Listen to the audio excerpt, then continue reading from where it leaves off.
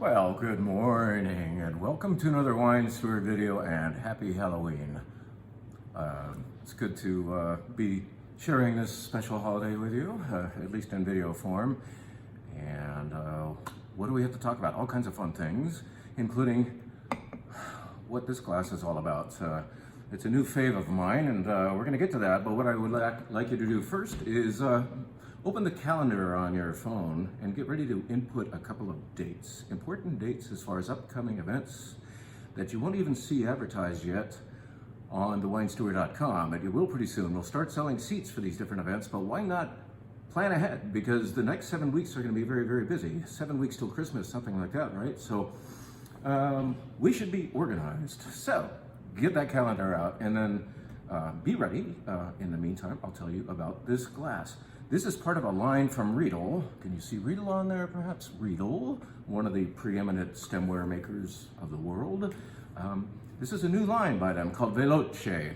I am reluctant to introduce another style of stemware to our shelves. You're already very, very religious, and at least many of you, about working with the current set we run with down there and up here at our wine bar. We use the restaurant wine glass from Riedel in 4 different shapes, and many of you over the years have stocked your pantries or wine cellars or wherever you keep your stemware with those glasses. They're great glasses. Here's my New World Pinot Noir glass. There's one problem with Veloces. They don't yet make, as far as I know, the New World Pinot Noir glass in this style. But this is a very, very elegant stem that I could not resist bringing in. I want you to come down or go down there to the stemware section and have a look at it. Don't even just have a look. Pick this thing up. Super light compared to this glass, very light. As you can see, it's taller even than this New World Pinot Noir glass from the restaurant line.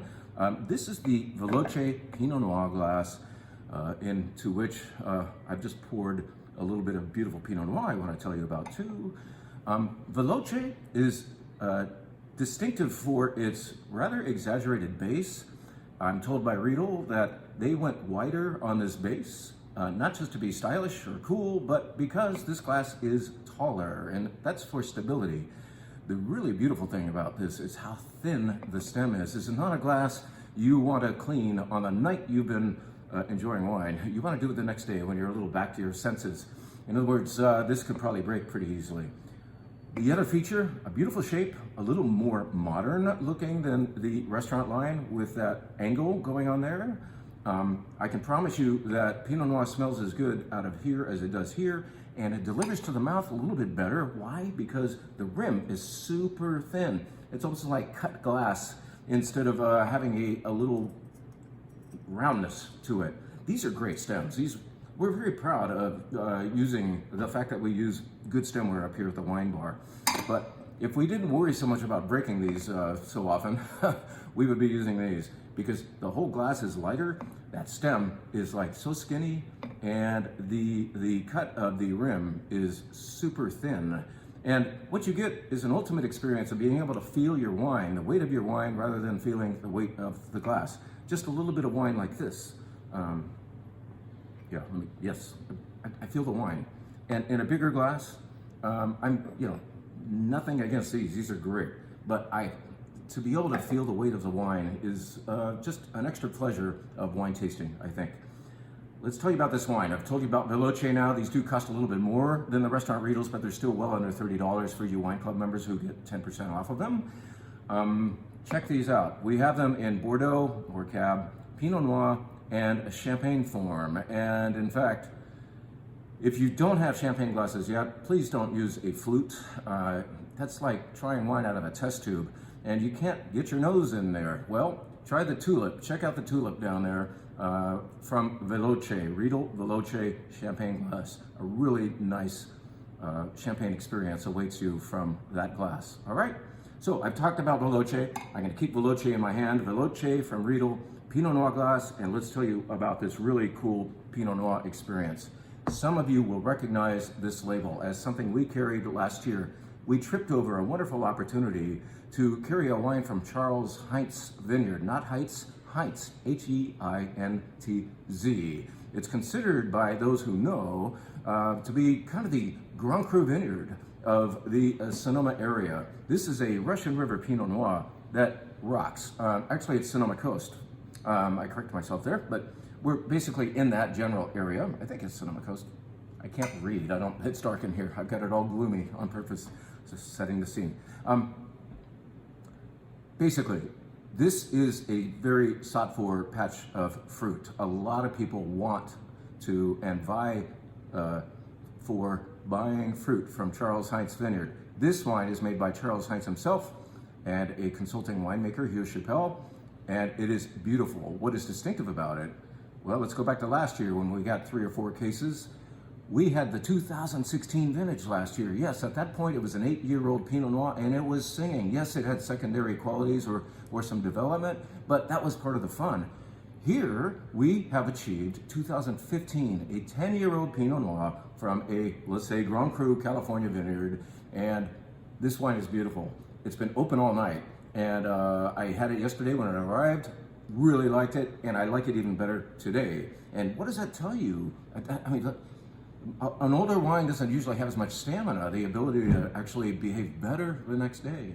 And here again, from 2015, from a 10-year-old vintage, we are getting lovely fruit, lots of forest, some qualities I might call feral, and once again, the fruit forwardness of a phase 1 Pinot Noir plus the intrigue of a phase 2 Pinot Noir.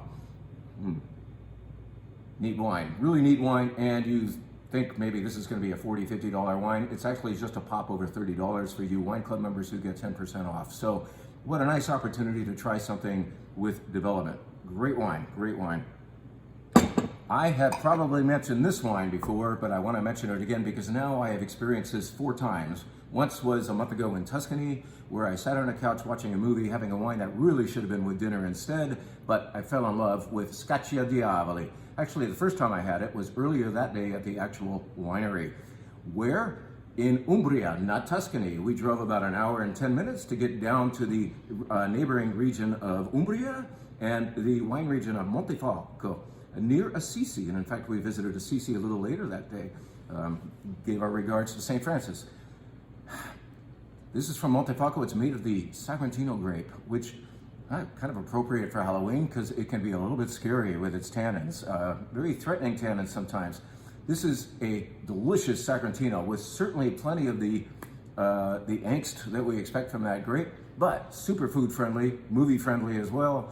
And as of last night, I think I've had this wine 4 times now. I can't leave this Scaccia Diavoli Montefalco Sagrantino alone. Scaccia Diavoli is the name of the winery, and it refers to, well, an exorcism or chasing away the demons. Chase out the demons. A local maiden was demon possessed, they say, and the local priest recommended prescribed the drinking of Sagrantino to chase the devil out. Certainly the devil wouldn't want to inhabit a human body that is imbibing scary Sagrantino. So the winery whimsically named themselves that, Scaccia Diavoli. Fun to say once you can master that. Sagrantino the grape, Montefalco the place in Umbria, south of Tuscany. Great wine with food, and that's how I finally had it last night at Terra Mia restaurant, which reminds me, keep that calendar out. I want to tell you about something going on out there, but I can just say that this was impressing the people we were hanging with and the people on the other side of the counter, that is at the bar.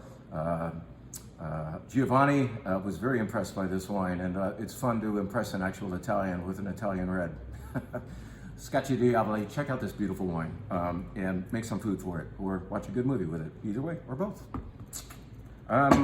Let's tell you about this wine, because next week is our Spain event, and it's sold out. Sorry, can't come if you haven't signed up. Unless somebody, you can get on a waiting list if you like. Somebody may just get in a jam and won't be able to come. So let's just say that this is one of the wines we will show, and it's available to everybody, whether or not they're going to this event. It's called Santiago Ruiz, and it's from Galicia, just north of Portugal, on the Atlantic coast of Spain. And what you have here is not just Albariño, as you might anticipate. It is, yes, Albariño based, but there's a total of 5 grapes operating here. Let's see if I can remember them all. Well, Albariño comes first, and then we have Caño Blanco, and Lorero, Trechadura, and Godeo, all having fun in this wine. that also has a fun label. This is the 40th anniversary or 40th vintage of Santiago Ruiz White Blend, and it has always had this label on it, which mimics a drawing that Santiago Ruiz himself drew on a napkin in order to tell a future wedding guest how to get to their place or to the wedding venue. So this is in fact a cute little map of his corner of Galicia, the western part, and directions to a wedding. But it's also making a nice wine label in the meantime, or since then. Really beautiful wine, whether or not you can make it to that event. Refreshing, lean, brimming with beautiful citrus fruits and minerality. We like to say that word a lot in wine speak, but it has it. It's very nice, lush wine. Check it out. From Albarino country comes an Albarino that gets some boosting from its friends. Caño Blanco, Lorero, Trechadura, and Godeo. Boom. How about a piece of cheese that looks like Martian brains? Yes, I know you want some of this. It looks scary, doesn't it? But it is damn good cheese. Many of you have already had it. Would go really fittingly on a cheese platter on Halloween evening because of the crazy looking look, but don't worry. It's not freaky cheese. This is not blue cheese or even gorgonzola. This is actually very mild and buttery cheese that just has a slight hint of sage, because sage is in fact what was used to color up this brainy looking cheese. So, Abby normal? I think that's about it. Oh, no, I'm gonna tell you those dates. Here we go. I saw on the calendar that I have a colonoscopy coming up, but we don't need to put that on your calendar. I can tell you that on the 1st and the 8th of December, we will be having a nice Italian wine dinner out at Terra Mia restaurant in Livermore. We're teaming up with one particular importer called Siena, and we will actually have the president or owner of Siena Wine Company there, along with our rep, Mattia. And so we will be talent heavy that night. We're gonna bring some good stemware from our own wine bar out there, so they don't have to clean as many out there at Terra Mia. Those two dinners will fill up. Between Terra Mia's promotion of these events and our own, that's why I'm telling you, you know first. How about that? The 1st and the 8th of December, those are both Mondays. So put that on your calendar. What else to put on the calendar? How about the 14th? The 14th of December will be our Bubbles event.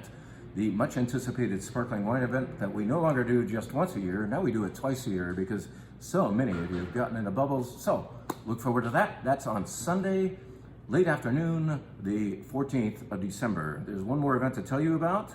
I think I have a couple of more that I'm cooking up that happen in between, but I haven't solidified dates for them, so I'm not going to tell you. But on the 9th of December, we will be having our grand walk-around tasting events. I think this will be at least at first offered only to wine club members, and then once we've had enough of them satisfied with their RSVPs, we will open it to the rest of you. Anyway, the 9th of December, I think that's a Tuesday evening. We hope to see lots and lots and lots of you wandering around upstairs and down and visiting many, many different tasting stations for wines from all over the world. I think I've hit all the topics. Thank you so much. Happy Halloween. Have fun tonight.